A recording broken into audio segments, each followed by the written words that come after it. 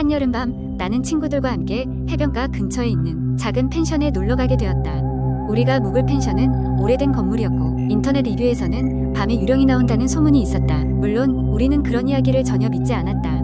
그저 재미로 가볍게 밝고 웃긴 마음으로 들으러 간 것이었다. 첫날 밤 우리는 바비큐 파티를 하며 술을 몇 잔씩 기울였다. 시간이 흐르자 다들 피곤해져서 하나둘씩 방으로 들어가 잠에 들었다.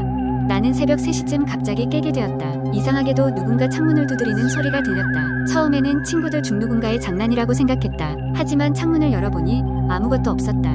바람에 흔들리는 나뭇가지 소리 거라며 대수롭지 않게 넘겼고 다시 잠자리에 들려고 했다. 바로 그때 복도에서 발소리가 들리기 시작했다. 문 앞을 서성이는 소리, 마치 누군가가 천천히 걸어 다니는 것 같았다. 혹시 남아있는 친구가 장난을 치고 있는 게 아닐까 싶어 무시하려 했지만 발소리가 점점 더 가까워지고 있었다. 두근거리는 마음을 겨우 진정시키고 문을 열었을 때 복도는 텅 비어 있었다. 하지만 어딘가 섬뜩한 냉기가 감돌았고 문득 등골이 서늘해지는 기분이었다. 문을 닫고 돌아섰을 때 내 방 한가운데에 누군가가 서 있었다. 긴 머리에 희미한 그림자 같은 형체였다. 목소리도 낼 수 없을 만큼 공포에 질려 있는데 그 형체가 점점 더 선명하게 보이기 시작했다. 분명히 사람, 형체였지만 얼굴은 어둠에 가려져 잘 보이지 않았다. 몸이 얼어붙은 듯 움직일 수 없었고 그 형체는 소리 없이 나를 바라보고 있었다. 간신히 움직여 친구들이 있는 방으로 도망쳤고 문을 두드리며 필사적으로 그들을 깨웠다. 친구들이 놀란 채로 문을 열자마자 모든 이야기를 털어놓았다. 그들은 처음에는 믿지 않는 듯 했지만 내 떨림이 진심임을 느꼈는지 점점 얼굴이 창백해졌다. 그리고 그 순간 복도에서 다시 그 발소리가 들리기 시작했다.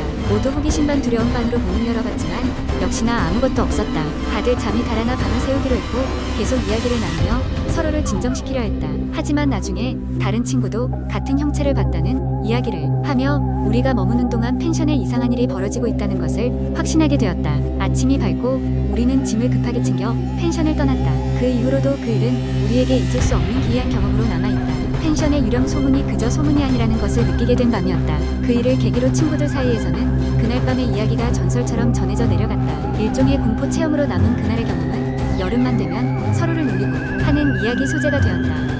여전히 그 유령의 정체가 무엇이었는지는 아무도 알 수 없지만 그날의 공포는 여전히 가슴 깊이 새겨져 있다. 두 번째 이야기어는 한적한 시골 마을에 예로부터 전해 내려오는 괴담이 있었다.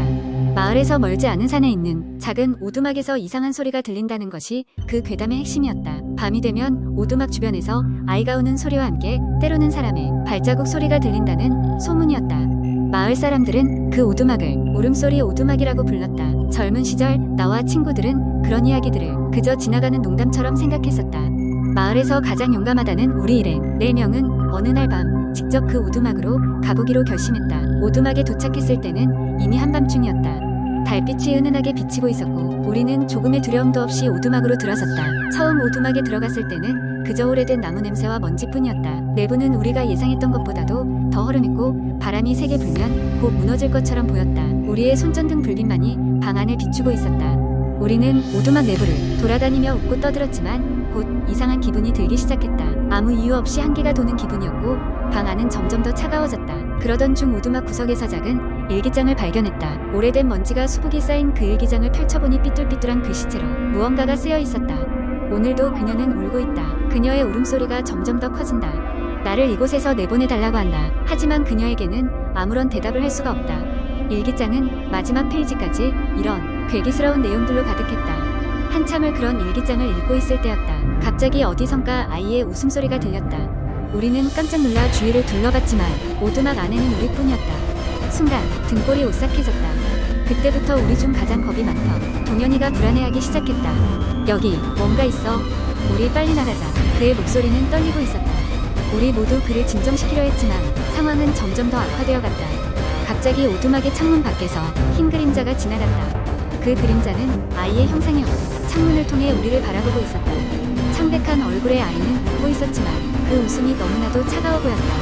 우리는 순간적으로 얼어붙어 아무 말도 할 수 없었다. 그때 바람이 세차게 불어 오두막의 문이 쾅 닫히며 항아리에 비친 손전등, 불빛의 아이의 모습은 사라졌다. 놀란 우리는 재빨리 오두막을 나와 산을 내려왔다. 그 사건 이후 우리는 다시는 그 오두막에 가지 않았다. 그런데 이상하게도 그날 이후로 우리 중 몇몇은 이유 없이 아파 누워있고 그 오두막 이야기만 나오면 불안해했다. 마을 사람들은 이후로도 오두막에 대한 이야기를 계속했지만 우리는 누구도 그런 경험을 다시 하고 싶지 않았다. 그 오두막에서 무슨 일이 일어났던 것인지 그 아이가 누구였는지는 여전히 수수께끼로 남아있다. 가끔 불어오는 바람소리나 창밖에서 들리는 것 같은 아이의 웃음소리가 들려올 때면 우리는 그때의 기억이 떠올라 오싹해지곤 했다. 우리만 아는 그날의 기억처럼 말이다. 그래도 가끔씩 떠오르는 질문은 그날 오두막에서 우리가 만난 존재는 과연 무엇이었을까란 것이다. 그 답을 알기 위해서는 다시 그곳을 찾아가야 할지도 모른다. 하지만 나는 다시 갈 수 있을까? 아니, 다시 가보고 싶은 용기가 있을까? 그저 오두막은, 그리고 그날의 기억은 그렇게 우리 속에 깊게 자리 잡은 공포의 한 부분이 되어버렸다. 끝이 보이지 않는 긴 밤처럼 그날 밤의 기억도 끝나지 않는다. 세 번째 이야기. 어느 조용한 시골 마을, 숲풀과 논밭이 둘러싼 그곳에 자리한 작은 집이 있었다.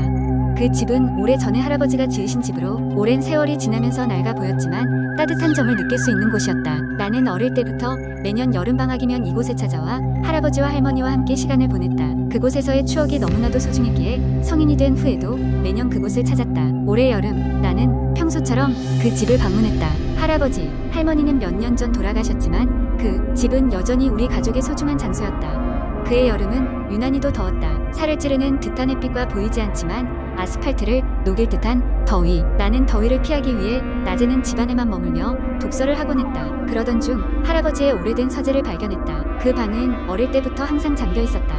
호기심이 가득 차 열어보니 책들이 빽빽하게 꽂혀 있었고 그중 몇몇은 상당히 낡아서 손대기조차 힘들어 보였다. 그중 한 권의 책이 눈에 띄었다.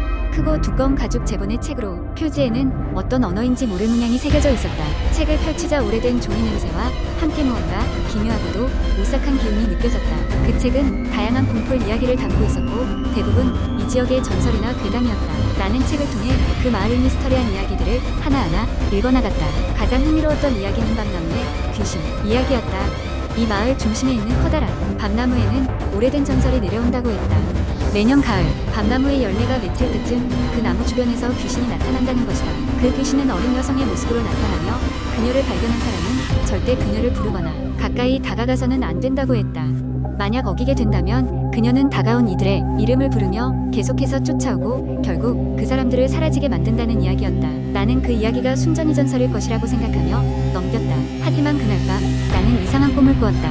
꿈속에서 나는 밤나무 근처를 서성이고 있었다. 주위는 어둡고 한 치 앞도 보이지 않을 만큼 짙은 안개가 깔려 있었다.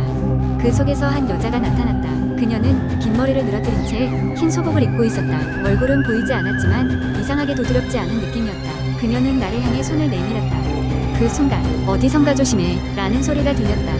깜짝 놀라 뒤돌아보았지만 그 순간 꿈에서 깨어났다. 다음 날 밤이 되자 나는 호기심에 이끌려 밤나무가 있는 언덕으로 향했다. 밤은 차갑고 고요했으며 바람소리조차 들리지 않았다. 밤나무에 가까워지자 어디선가 노랫소리가 들려왔다. 그 소리를 따라가니 정말 꿈에서 본 그녀가 서 있었다. 놀랍게도 포근한 느낌이 들었다. 정신을 차리자 그녀는 내가 다가가기를 기다리고 있는 듯 손짓했다. 순간 나는 그녀에게 가까이 다가가지 말라는 생각이 떠올랐다. 한 걸음 또 한 걸음 다가갔을 때 갑자기 그 여자가 내 이름을 부르며 다가오기 시작했다. 이제 와서 도망칠 수 없다는 것을 알았지만 본능적으로 두려움에 휩싸여 도망치기 시작했다. 숨이 차도록 달려 겨우 집에 도착했고 문을 잠갔다. 문 밖에서는 계속해서 내 이름을 부르는 소리가 들렸다. 그 소리는 점점 작아지다가 먼 곳으로 사라졌다. 며칠 뒤 마을 사람들과 이야기를 나누게 되었고 그들을 통해 밤나무에 관한 이야기가 사실이라는 것을 알게 되었다.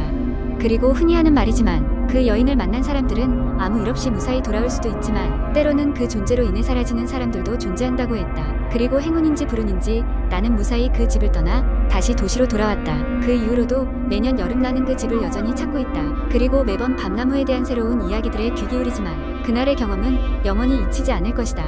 특유의 긴장감과 두려움 그리고 알 수 없는 매력이 어우러진 그 사건은 이제 내가 사랑하는 이 시골 마을에 잊을 수 없는 한 조각이 되었다.